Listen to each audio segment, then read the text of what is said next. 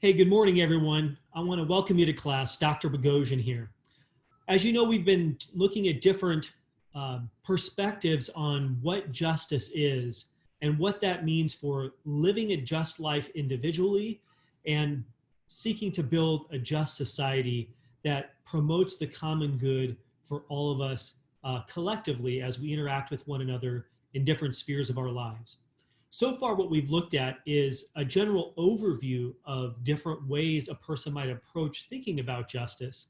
And we saw that in the first chapter of Michael Sandel's book.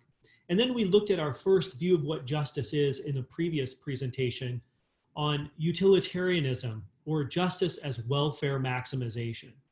And in that view, by way of review, we looked at justice being when you act in such a way to promote the greatest good for the most people. In other words, to maximize the greatest amount of welfare for the most people. With that view, we also talked about how they construe or define what a human right is. And we looked at, in additionally, some objections to the view generally, as well as objections to what rights become, how shaky they can become on the utilitarian view. And so I won't rehash all that here today because we want to look at a new view of justice today. But if you need a refresh, please go back and watch that presentation on utilitarianism again. And to get just a refresh, not only in the view generally, but how they think about the nature of human rights, where they come from, and the difference between rights as being assigned by our culture versus rights as being inherent. That language is going to come up again today. So without further ado, what I want to do is pull up my screen and share it with you.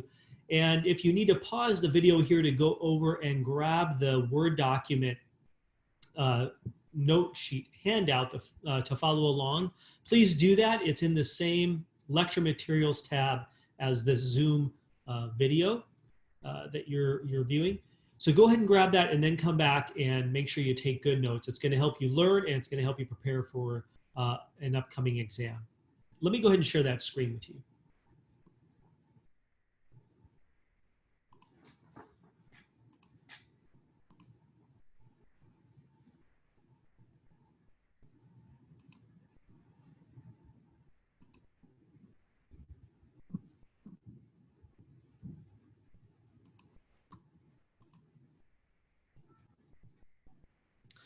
Okay, today what we're going to look at is a view called libertarianism.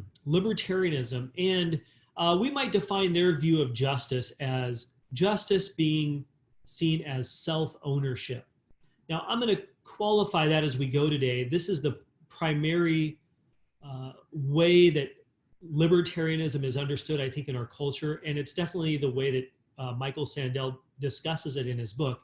It's what we might call a garden variety libertarianism. And I'm going to mention some names and proponents who hold this, people he's referred to in his chapter.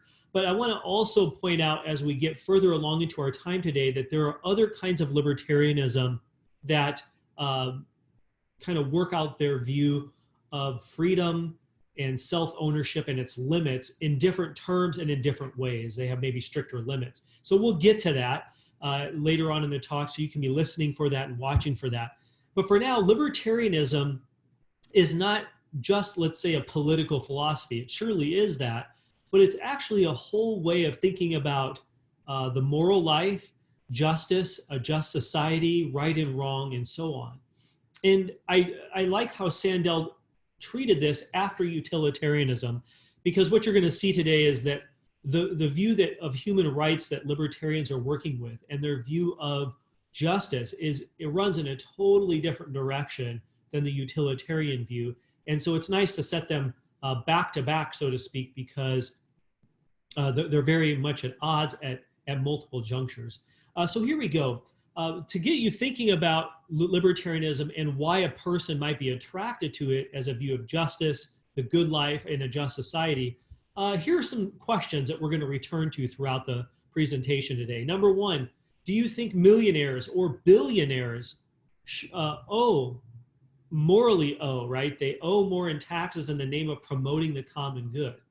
Okay, and so you can pause the video here in just a second after I mention the second question to think about this and maybe jot down your answer. But that comes up not only in the chapter on libertarianism, but the chapter after it entitled Markets and Morality. The question of, is it morally wrong to be a millionaire? Some people think it is. Some people more strongly obviously think it's wrong to be a billionaire, right? They might say no one needs $1 billion. And so if someone like Jeff Bezos or Michael Jordan or Tyler Perry or Bill Gates, right, is making more money in a day or even a year than you or I could make in a lifetime, there's something morally wrong about that picture.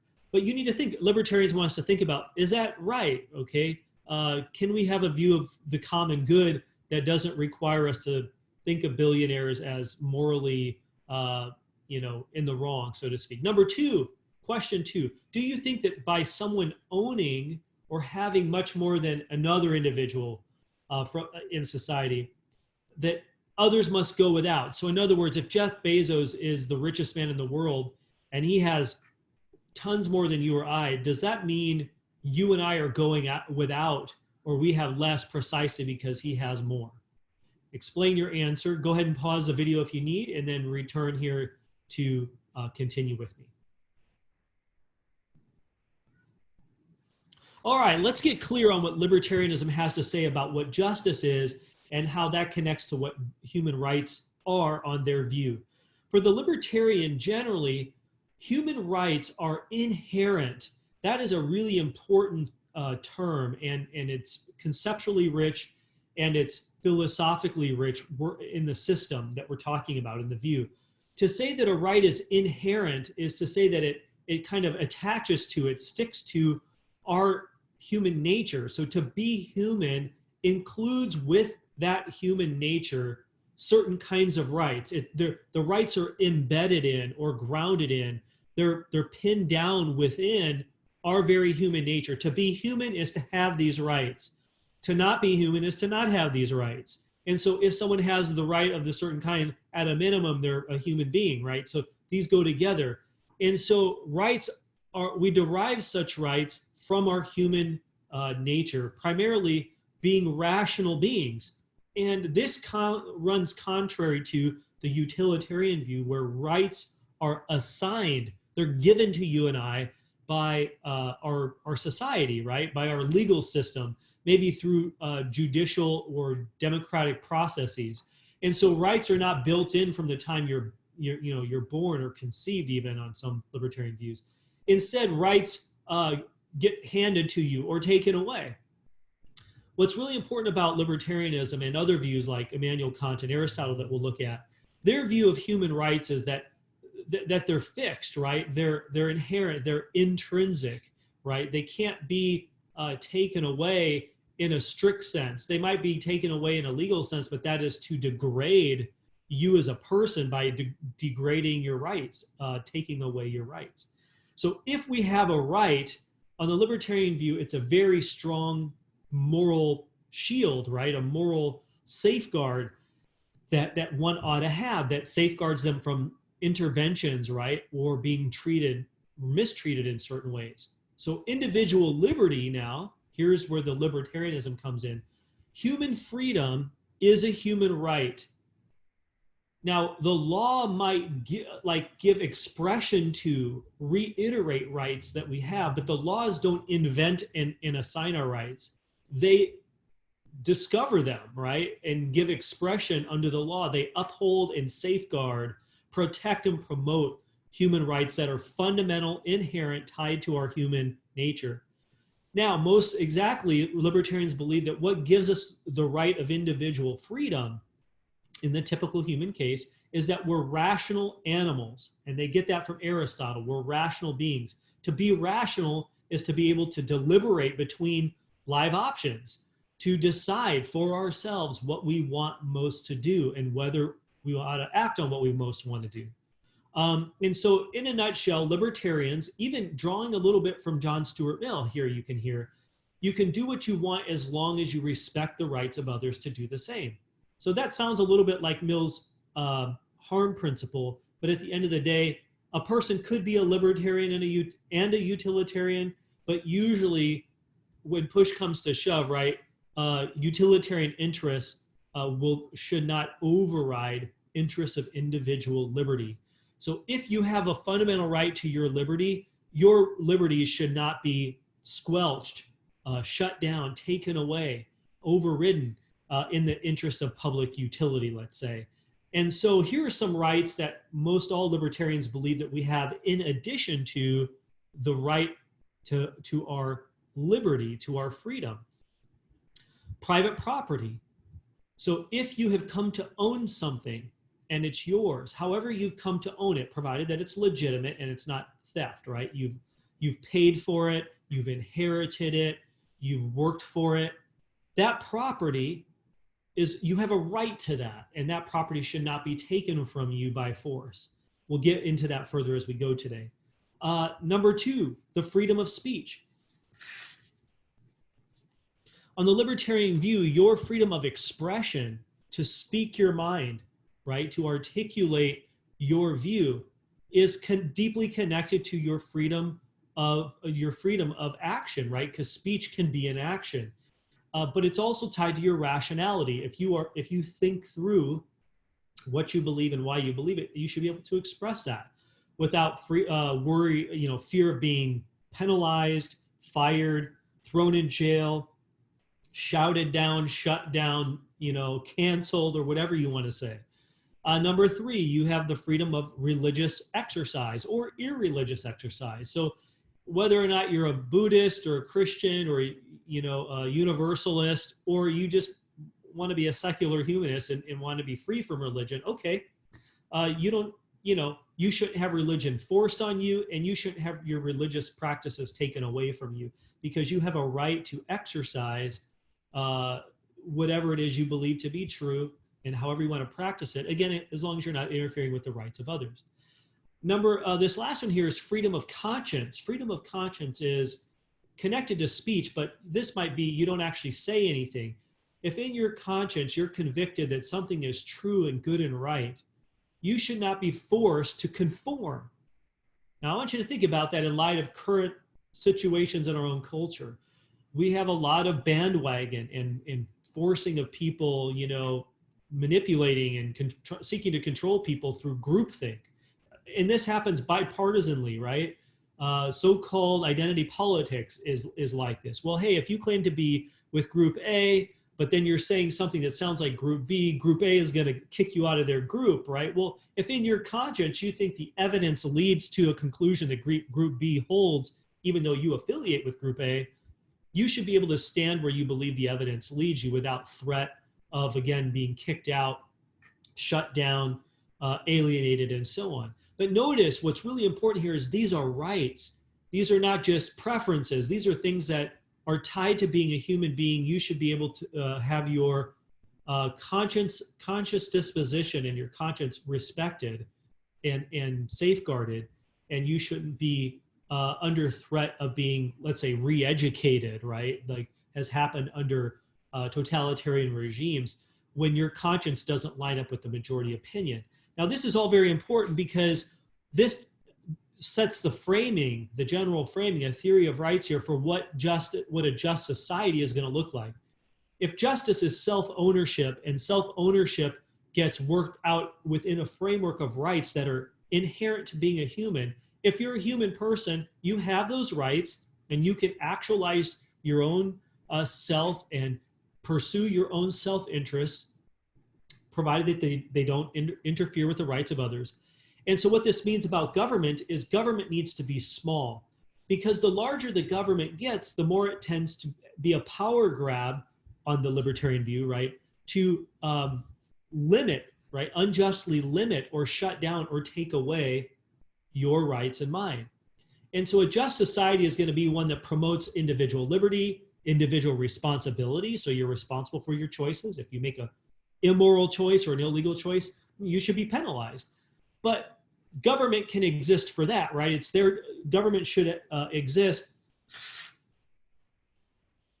Excuse me.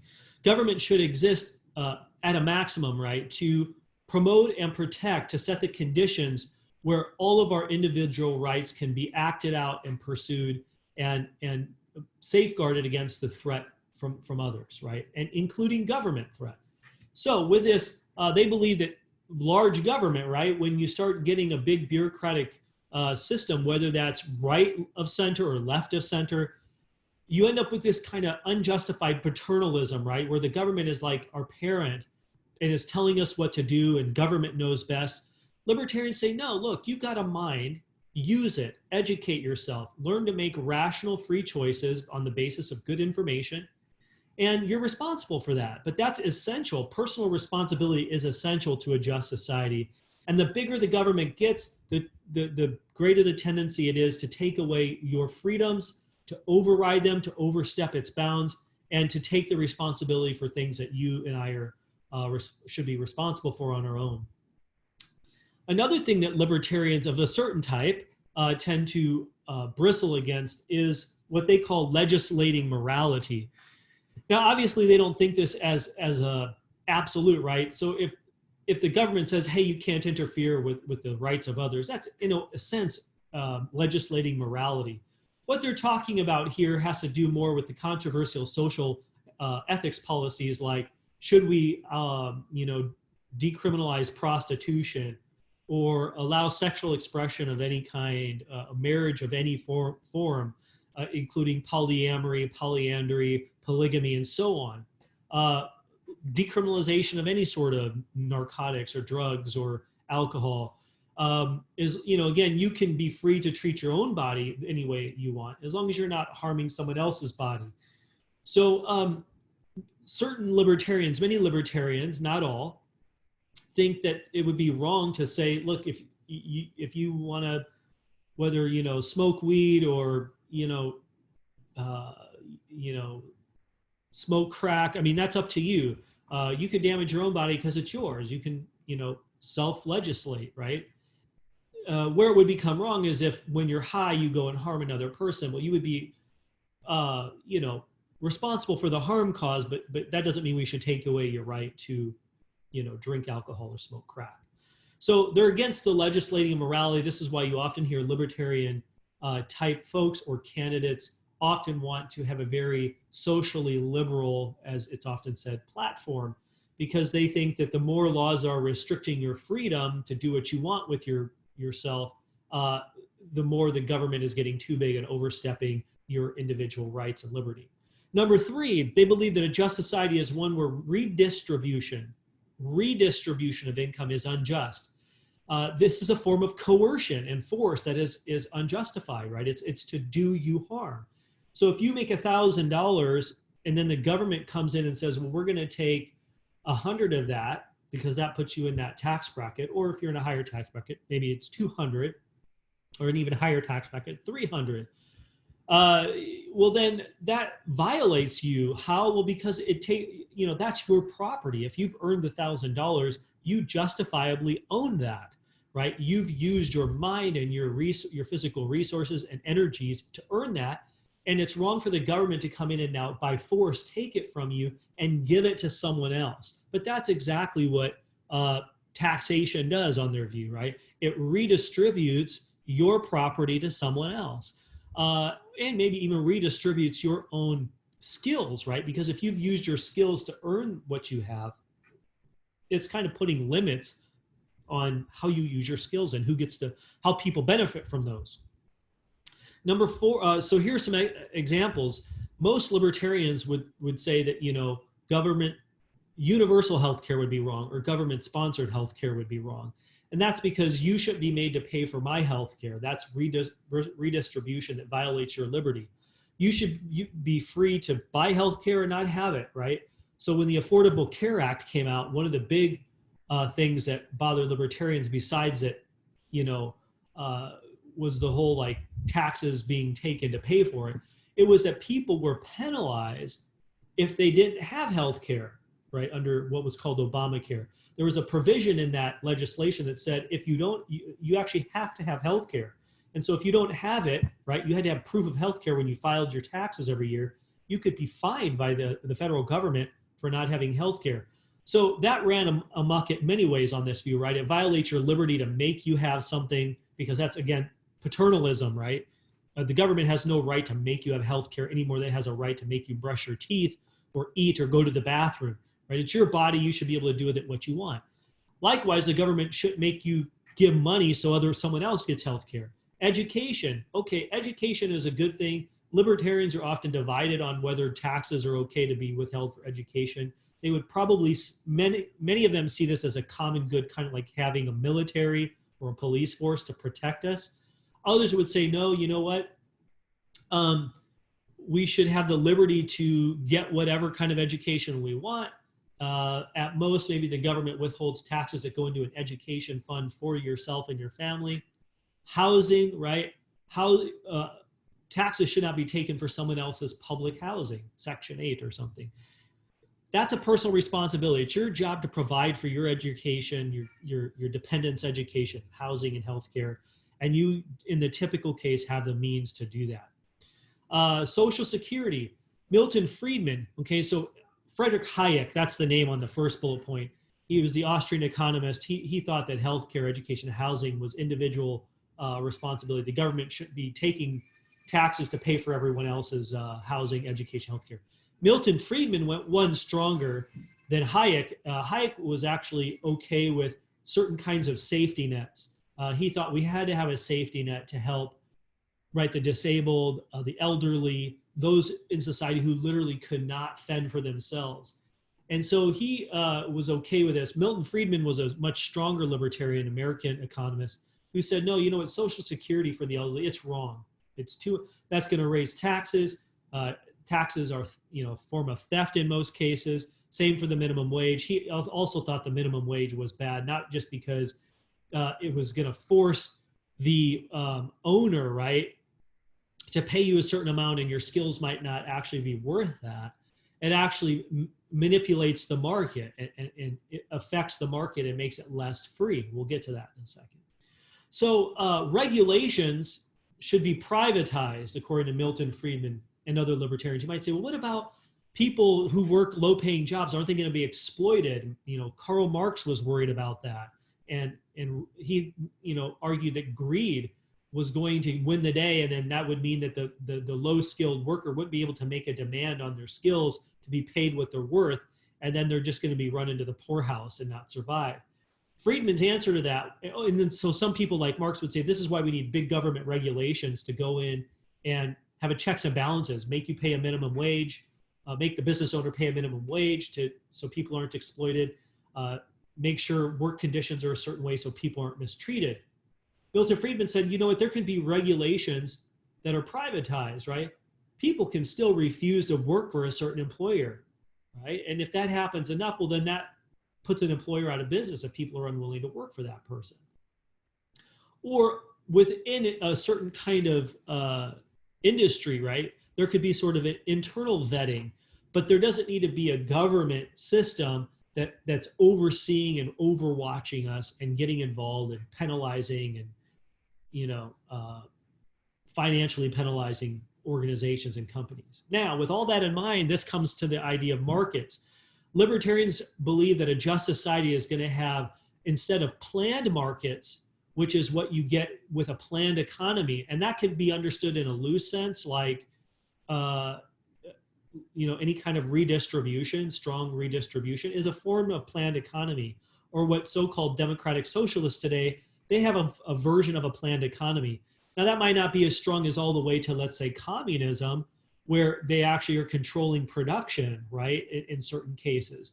But strong redistribution is a form of planned economy where the paternalistic government, right, the big government, is telling everyone what they have to pay their employees, the kinds of environment they have to have. It's putting restrictions on the market. Maybe it's taxing millionaires and billionaires to sort of regulate the market. It's saying, hey, you can't sell this or buy this, or you can't sell this for this much, right? So maybe price fixing, et cetera, et cetera. Those are all ways of manipulating and controlling the market and making it less free. Now, the reason libertarians are for so-called free markets is because the market isn't just about money. The market is about exchange of goods and services, and that's about you and I. It's about human beings coming into a collaborative, consensual exchange of ideas, information, and goods and services, to where, well, if you have a good or a service I want to buy, I'm willing then to freely pay for that. And then the market, supply and demand, right, will determine how much a person is willing to pay for that. And if they're not willing to pay $10 for that drink, then you're not going to be able to sell it for that, right? So there has to be a willingness by all parties to lower the prices, to hit to put it at a place where the consumer will pay for it. And you have to create a product that people want, so they'll buy it. And if you don't do that, you're not going to be a successful business owner. What does the state exist for? Well, if it doesn't exist to control prices or regulate business in certain ways, the state exists to enforce contracts. So if I sign a contract saying I'll work for $10 an hour, well then, if I violate the contract, well, then the state exists to penalize the worker. Or if you don't pay me the $10, then the state exists to come in and penalize the business owner. When I was a teenager, I was an avid soccer player up and through my first year of college. And I worked for a small soccer shop in town that sold soccer gear. And I got hired by this guy to work part-time. And I went and worked at a couple big soccer events at their tent, right, selling soccer gear. And he wouldn't pay me. And he kept making excuses for delaying the payment. And eventually my father got involved because I was, I think, 16 or 17 at the time. And he basically said, look, if you don't pay my son, right, I'm going to get the relevant authorities involved. And that's a way of saying, look, we had a contract and he wasn't fulfilling his end of the contract. And so my dad had to step in as an advocate, right, to say that there are laws against this, and we would use the law if necessary to make good on the contract. So the state exists for that, right, to help people, make sure people honor their contracts, to protect people against theft or fraud, because those are all forms of harming another person's freedom. And so libertarians believe there needs to be laws that penalize, right, fraud, theft, force, manipulation, exploitation, but they shouldn't be sort of they shouldn't be so strong that they try to get it, preempt it, right, so to speak. If there is exploitation, it's punished, but you don't say, well, hey, you can't do this in order to, because we see that could lead to exploitation. That's to try to do too much on their view. All right, personal wealth is property created by and acquired through the market. So if you earn money or you earn assets or you get stock options in the company you work for, those are all forms of wealth creation and earning that is now your property that you got through creative, rational endeavors and using your freedom and acting within the market system. And so therefore you have a right to that, right? Because of property rights. And so you shouldn't be forced to help people, even though they might be poor and they might be needy, and it might be good and right to help the poor.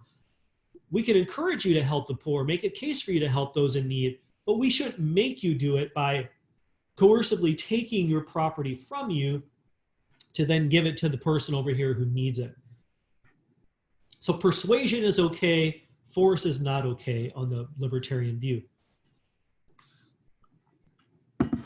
Because all forms of force are forms of degrading your right to your own liberty and your right to your property and using it the way you want. All right, pattern distribution, or what I called earlier the planned economy. Pattern distribution is unjust, right? Because it forces income equality. So here's where you're going to hear people who are libertarian disagree with others who think that everybody should have the same, where they're trying to ensure the same outcomes. So if someone else has $1 million and you have 1,000, well, that's an unjust outcome, right? You hear the language of income inequality. Okay, well, libertarians are going to say, well, there's no way to not have that, right? If you're really working and being educated and so on, and you're born with a certain set of aptitudes that you didn't control, and Michael Jordan was born with a different set of aptitudes that I was born with, which neither one of us could control. Yeah, sure, that's a kind of biological luck of the draw, but that doesn't mean that it's wrong for Michael Jordan to have those basketball playing aptitudes that I lack, right? And now there's an income disparity because he's able to leverage those to make millions and billions of dollars, let's say, and I'm not. The libertarian is saying, look, it would be unjust for me to lobby for laws, right? To vote on laws to like take Michael Jordan's wealth, some of it, to help reduce that gap, right? Because he hasn't done anything wrong simply by using his talents and improving on his talents and his aptitudes to make, income and earn assets and property. And so the drive for income equality, they think, is actually immoral because it forces on us pattern distribution, but that requires us to override people's liberty at multiple places and then to steal from them, essentially, to try to equalize the outcomes. What we can do is equalize starting points, right? They're for that. We can try to give everyone the same shot, right? This is the first bullet point up there that says the state exists to enforce contracts and protect people against fraud. Okay, fraud, right, often keeps people from starting at the same place, or deception or exploitation or coercion. But if we remove those or penalize those, then people have the same starting place. And if you and I can both try out for the team, it's the same for everybody. The fact that Michael Jordan's way better at basketball than me, it's not his fault, right? There's no way to make it the case that, right, we can end at the same point. Now, why liberty, individual liberty, is so important on this view is that individual freedom, using it, choosing to use it, upsets patterns. We can try to pattern everything and control it and arrange to make these outcomes as close to the same as possible. But if we really let people be free and not control them like totalitarian communistic regimes have done in history, well, then liberty is going to upset patterns. We can study the patterns, but I read something last week. Here's an example. Jeff Bezos boldly said recently that, hey, look, we got to accept that someday Amazon is going to die off. It's going to come to an end. Well, why? Because he's smart enough to know that not even great things last forever. The market, some other brilliant person like himself is going to surpass him and come up with something he didn't think of or hasn't thought of, and it's going to disrupt, right? Creative destruction, it's called. It's going to disrupt the industry.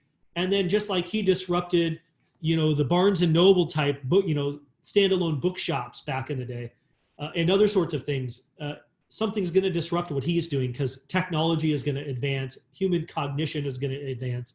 And so people acting freely to use their cognition and so on, their creativity, is going to disrupt the pattern as it currently exists. But libertarians say that's not a problem because guess what? We all benefit from Amazon coming on the scene and really putting out of business these other businesses, right?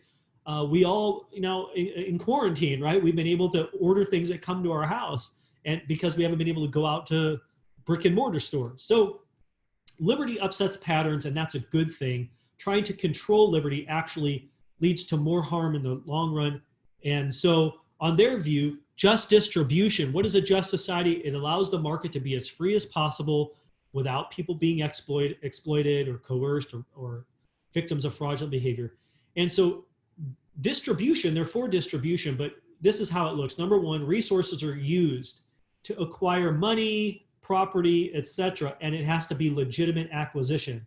So it would be illegitimate for me to acquire money and property through theft, through force, through coercion, through manipulation, etc. Number two, money must be made through free exchange, right? So it's not free if I manipulate you, right? If I deceive you. So again, they're not, it's a common misunderstanding of this view is that you're able to use your freedom to get what you want any way you want. They don't think that, okay? They think that the way goods are distributed and should be distributed justly, rightly, morally, is through legitimate moral means, okay? And so if someone really is degrading children by forcing them to work, they're not going to be for that, okay? That would be a perversion of a libertarian kind of view, right? That's not how it is at its heart. And every view, right, has people who kind of twist or pervert the basic core view. And again, that would be immoral on the libertarian view. Now, let's look real quick in our time that remains, and then we'll have a second presentation on this that you can also watch. How does the free market libertarian argue against redistribution of wealth? Okay, in other words, taking of from what you earn or own to benefit others who don't have as much. Okay, there's this interesting case study in the book about Michael Jordan's wealth, okay? I'm going to put it in an argument form so you can see the logic of it. And it goes like this. Premise one, we have rights to our labor and the income that results from it, provided it is earned via voluntary exchange. Okay, that's all very important. So working as a professor is labor. I choose to do that. I want to do that. And so if I earn money through that labor, that's a result from me freely using my mind and my rationality and my energy. So I've earned it. I have voluntarily given myself to it. The school district has voluntarily hired me. We enter into a contractual relationship.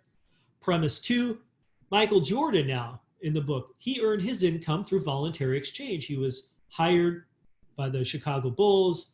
They paid him. Nike paid him, right? He had a shoe sponsorship. Gatorade paid him, right? And so we lack grounds for interfering in what he's rightfully earned by voluntarily entering into the system of exchange with the NBA team he played for and the other companies he, let's say, had contracts with, because making him give his money to others is unfair to him, right? It's unjust. It wrongs him. It harms him because he's freely entered into these contracts, as have the other companies. He's rightfully earned it through just means. Let's see if I get it right. Redistributive taxation interferes with or forces Michael Jordan to give to others. In other words, it legislates charity, right? It makes him be a charitable person. Now, we should want him to be a charitable person. Libertarians agree with that. They think charity is good, but that's something you should freely, voluntarily choose. You shouldn't be made to do it. And so they would be all for, recently Michael Jordan wrote millions of dollars or $1 million or $2 million over the last year. I believe it was having to do with some of these, in response to some of these shootings that have happened, right? And he's actually written checks to both, I think, law enforcement types of training stuff and Black African-American organizations, civil rights organization types, because he's trying to bring people together. That's really great. Libertarians would say, that's awesome. We need more of that. We need people like him to give even more of their wealth. Bill Gates, right, giving through the Bill and Melinda Gates Foundation to, deal with malaria and build education facilities. Okay, that's charitable work, right? It's good on behalf of others. But they should be free to do that and not be told who they have to give to. And anytime you take more taxes from them, you're basically telling them, hey, we're going to take that to give it to who we think you should. And that's force and it wrongs them. So RT is redistributive taxation, right? It overturns, it degrades voluntary transactions and violates his rights to liberty, his rights to property and labor. And so the state asserts a property right in him when they take from him. In other words, right? The state asserts, that means they try to assert a right for them to take his stuff, a right that they don't have, a right that he has to keep his stuff and use it how he wants. All right, that's their argument. What we're going to do in the next presentation, the second half of this, is look at some pushbacks to this argument from the non-libertarian, and then we're going to look at how libertarians respond to the objections to this argument, and then we'll close the next presentation by pointing to another kind of libertarian view that is different than this, different than the Friedman, Hayek type of view that often shows up in what's called either basic goods libertarianism or integral liberty libertarianism or natural law libertarianism. And there's a video presentation on natural law ethics I have in the modules, not with me, it's with someone else who is actually a proponent of that view. And so I thought it would be great for you to hear from someone who holds that view. But please watch the second part of this. I'm going to sign off for now. Have a great rest of the day.